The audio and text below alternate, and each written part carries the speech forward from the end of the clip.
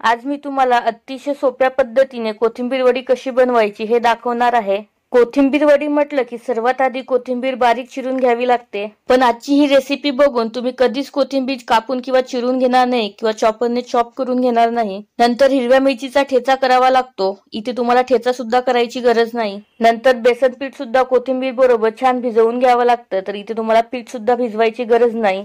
सर्वात शेवटी कोथिंबीर वडे आपण वाफवून घेतो, तर इथे तुम्हाला वाफवायची सुद्धा गरज नाही। आणि ही सर्व प्रोसेस आपण हात अजिबात खराब न करता, जास्त पसारा न करता, जास्त भांडी खराब न करता करणार आहोत। आणि जास्तीत जास्त 15 मिनिटांमध्ये ही कोथिंबीर वडी आपली बनवून तयार होते। चला तर मग रेसिपीला सुरुवात करूया। कोथिंबीर वडी आहे म्हटल्यावरती त्यासाठी आपल्याला भरपूर प्रमाणात कोथिंबीर लागणार आहे। कोथिंबीरीचे पानं तोडून घेतलेले आहेत आणि थोडेसे कवळे देठ सुद्धा ठेवलेले आहेत। नंतर ही तोडलेली कोथिंबीर पाण्याने स्वच्छ धुवून घ्यायची आणि फॅन खाली थोड्या वेळ सुकवून घ्यायची आहे। कोथिंबीर हलकीशी ओलसर राहिली तरी सुद्धा चालेल। आता ही कोथिंबीर आपण वाटीने मोजून घेणार आहोत, तर इथे मी घरातलीच एक वाटी घेतलेली आहे आणि अगदी हलक्या हाताने वाटीमध्ये भरून ही कोथिंबीर आपल्याला मोजून घ्यायची आहे। तुम्ही जर खूप दाबून ही कोथिंबीर भरून घेतली तर संपूर्ण कोथिंबीर एका वाटीमध्येच बसू शकते, त्यामुळे अगदी हलक्या हाताने मोजून घ्यायची। तसं तर कोथिंबीर मोजून वगैरे घ्यायची गरज नाही, पण जे पहिल्यांदाच कोथिंबीर वडी बनवत आहेत तर त्यांच्यासाठी हे उपयुक्त ठरेल। मोजून घेतलेली एक वाटी कोथिंबीर आपल्याला मिक्सरच्या मोठ्या भांड्यामध्ये टाकायची आहे। सध्या यामध्ये मी एक वाटीच कोथिंबीर टाकलेली आहे। ही कोथिंबीर व्हिडिओमध्ये दाखवल्याप्रमाणे अगदी हलक्या हाताने थोडीशी खालच्या बाजूने दाबून घ्यायची। नंतर मिक्सरचं झाकण लावायचं आणि मिक्सरला चालू बंद करून ही कोथिंबीर आपल्याला बारीक करून घ्यायची आहे। लक्षात ठेवा की ही कोथिंबीर आपल्याला मिक्सर चालू बंद करून किंवा पल्स मोडवरच बारीक करून घ्यायची आहे।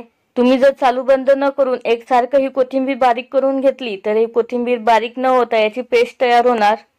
मिक्सर चालू बंद करून इथे मी कोथिंबीर बारीक करून घेतलेली आहे।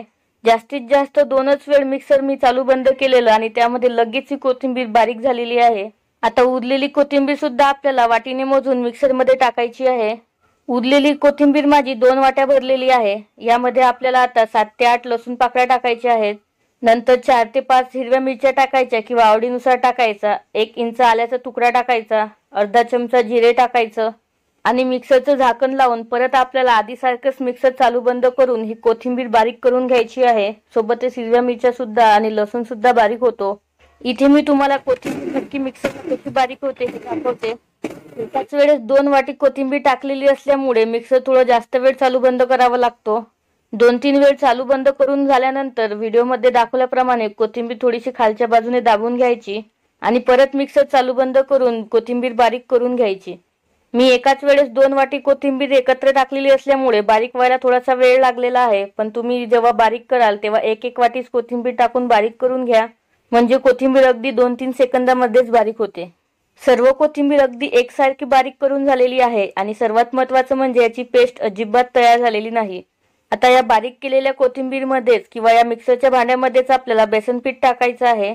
यामध्ये आपल्याला हलक्या हाताने दाबून 1.5 वाटी बेसन पीठ टाकायचं आहे। आपण 3 वाटी कोथिंबीर घेतलेली असल्यामुळे त्यासाठी 1.5 वाटी बेसन पीठ हे परफेक्ट आहे। तुम्ही बेसन पीठ जास्त घेतलं तरी सुद्धा चालेल, फक्त कमी घ्यायचं नाही।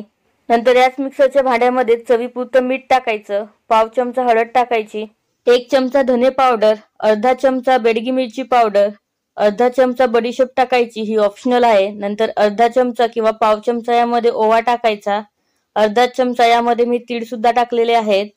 कोथिंबीर वडी छान खुसखुशीत होण्यासाठी यामध्ये 1 पळी तेल टाकायचं आहे।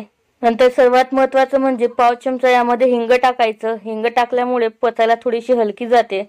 आता टाकायचं आहे पाणी, तर सुरुवातीला यामध्ये मी 1.5 वाटी एवढं पाणी टाकलेलं आहे। गरज पडली तर थोडंसं पाणी आपण आणखी टाकणार आहोत।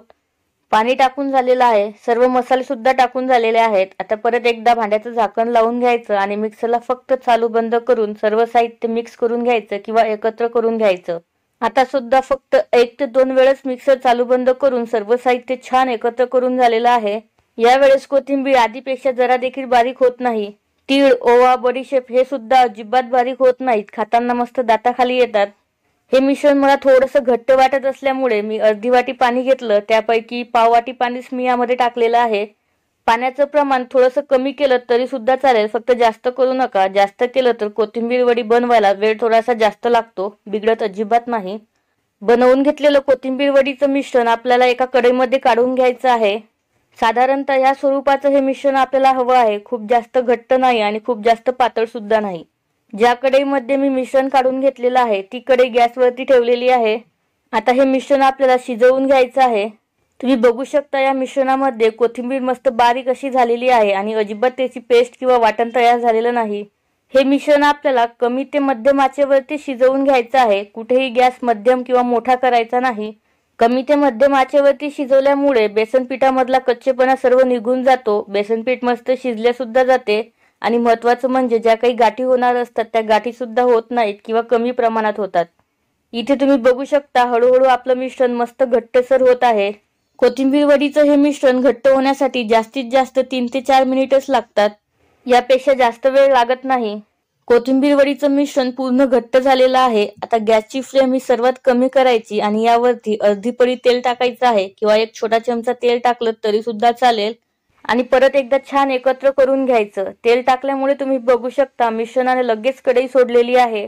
मिश्रण जेव्हा अशी कढई सोडायला सुरुवात करते अशा वेळेस आपलं मिश्रण तयार झालेलं आहे असं समजून घ्यायचं. आता गॅस बंद करायचा आणि पुढची स्टेप थोडीशी फास्ट करायची. इथे मी एक ताट घेतलेलं आहे. या ताटामध्ये थोडंसं तेल टाकायचं आणि संपूर्ण ताटाला तेल व्यवस्थित पसरवून घ्यायचं. मी मिश्रण शिजल्यानंतर ताटाला तेल लावून घेतलेलं आहे. तुम्ही ताटाला आधीच तेल लावून घेतलं तरी सुद्धा चालेल. तेल लावून झालेलं आहे. आता यावरती थोडेसे पांढरे तीळ पसरवून घ्यायचे. यामुळे कोथिंबीर वडी दिसताना छान दिसते. तीळ पसरवून झाल्यानंतर लगेचच आपण बनवून घेतलेलं सर्व मिश्रण यामध्ये टाकून घ्यायचं आणि लगेच पसरवून घ्यायचं. इथे मात्र एक काळजी घ्यायची की मिश्रण गरम गरम असतानाच पसरवून घ्यायचं आहे. मिश्रण जरा देखील थंड झालेलं असेल तर मिश्रण व्यवस्थित पसरवलं जाणार नाही किंवा व्यवस्थित थापल्या जाणार नाही आणि मिश्रण व्यवस्थित थापल्या गेलेलं नसल्यामुळे वड्या व्यवस्थित पडत नाहीत. त्या आतल्या बाजूने पोकळ राहतात आणि तेलामध्ये तळत असताना तेलामध्ये विरघळू शकतात किंवा तेल जास्त पिळू शकतात. हातानेच मी हे मिश्रण मस्त पसरवून घेतलेलं आहे आणि वरच्या बाजूने थोडेसे तीळ सुद्धा लावून घेतलेले आहेत. यामुळे आपली वडी दिसायला सुंदर दिसते. आता थापून घेतलेलं हे मिश्रण आपल्याला थोडा वेळ थंड करून घ्यायचं आहे. जास्तीत जास्त 3 ते 4 मिनिट लागतात. खूप जास्त वेळ लागत नाही. तुम्हाला घाई असेल किंवा यापेक्षा सुद्धा लवकर थंड करून घ्यायचं असेल तर तुम्ही फॅन खाली सुद्धा थंड करून घेऊ शकता. मिश्रण ताटामध्ये पसरवून घेतलेलं असल्यामुळे ते लगेच थंड होतं. खूप जास्त वेळ लागत नाही. आता कोथिंबीर वडीचं हे मिश्रण आपलं थंड झालेलं आहे. आता आपण याच्या वड्या कापून घेऊ. इथे मी चौकोन आकारामध्ये वड्या कापून घेतलेल्या आहेत. तुम्ही तुमच्या आवडीनुसार कुठल्या पण आकारामध्ये कापून घेऊ शकता. चौकोन आकारामध्ये वड्या मी कापून घेतलेल्या आहेत आणि वड्या कापत असताना तुम्ही बघू शकता की चाकूला अजिबात चिकटलेलं नाही. ताटाला तेल लावून घेतलेलं असल्यामुळे वड्या अजिबात ताटाला चिकटलेल्या नाहीत आणि अगदी आरामात वेगळ्या झालेल्या आहेत. मिश्रण गरम गरम पसरवून घेतलेलं असल्यामुळे वड्यामध्ये कुठेही पोकळ वगैरे झालेल्या नाहीत किंवा ठिसूळ झालेल्या नाहीत. मिश्रण न वाफवता आपल्या वड्या बनवून तयार झालेल्या आहेत. आता आपण लगेचच ह्या वड्या तळून घेणार आहोत. वड्या तळण्यासाठी गॅसवरती तेल मी मध्यम आचेवरती मध्यम असं गरम करून घेतलेलं आहे आणि गॅसची फ्लेम सुद्धा मध्यमच ठेवलेली आहे. एक एक करून या तेलामध्ये आपल्याला कोथिंबीर वडी सोडायची आहे. एका वेळेस तेलामध्ये बसणार एवढ्याच कोथिंबीर वड्या तळायच्या. खूप जास्त तळल्या तर तेलाचं टेम्परेचर लगेच कमी होतं आणि कोथिंबीर वड्या ह्या तेल पितात आणि मऊ सुद्धा पडतात. हव्या तशा खुसखुशीत होत नाहीत. कोथिंबीर वडी तेलामध्ये सोडून झाल्यानंतर मध्यम आचेवरती 1 मिनिटभर याला तळून घेतलेला आहे. या वड्यांना हलकासा तांबूस रंग आल्यानंतर किंवा वड्या हलक्याशा कडक जाणवल्यानंतर आपण याला पलटून घेऊ आणि कोथिंबीर वडीची दुसरी बाजू सुद्धा मस्त खरपूस आणि हलक्या तांबूस रंगावरती तळून घेऊ. तेलामध्ये सोडल्यानंतर 2 मिनिटांनी तुम्ही बघू शकता कोथिंबीरीला हलका हलका तांबूस रंग आलेला आहे. या कोथिंबीर वड्या मला वरच्या बाजूने थोड्याशा जास्त खरपूस किंवा जास्त कुरकुरीत हव्या असल्यामुळे मी याला आणखी अर्धा मिनिटभर तरी छान तळून घेते. तुम्हाला या वड्या मस्त खुसखुशीत हव्या असतील तर मध्यम आचेवरती तळून घ्यायच्या किंवा हलक्याशा मऊ हव्या असतील तर मध्यम ते मोठ्या आचेवरती तळल्यात तरी सुद्धा चालेल. या वड्या मस्त खरपूस अशा तळल्या गेलेल्या आहेत. आता याला तेलामधून बाहेर काढून घेऊ आणि उरलेल्या वड्या सुद्धा याच पद्धतीने मस्त खरपूस अशा तळून घ्यायच्या. सर्व कोथिंबीर वड्या मस्त तळून झालेल्या आहेत. या कोथिंबीर वड्या दिसायला एवढ्या सुंदर झालेल्या आहेत की बघूनच तुमच्या तोंडाला पाणी नक्कीच सुटलं असणार आणि चवीला सुद्धा तितक्याच अप्रतिम झालेल्या आहेत.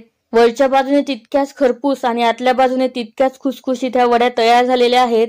संपूर्ण रेसिपी तुम्ही बघितलेलीच आहे आणि माझ्या मते ही जगातली सर्वात सोपी कोथिंबीर वडी बनवण्याची पद्धत आहे. मिश्रण थापवून किंवा पसरवून घ्यायचं सोडलं तर कुठेही हात खराब होत नाहीत. भांडी सुद्धा जास्त खराब होत नाहीत. त्यामुळे एकदा तरी माझ्या पद्धतीने तुम्ही कोथिंबीर वड्या नक्की बनवून बघा.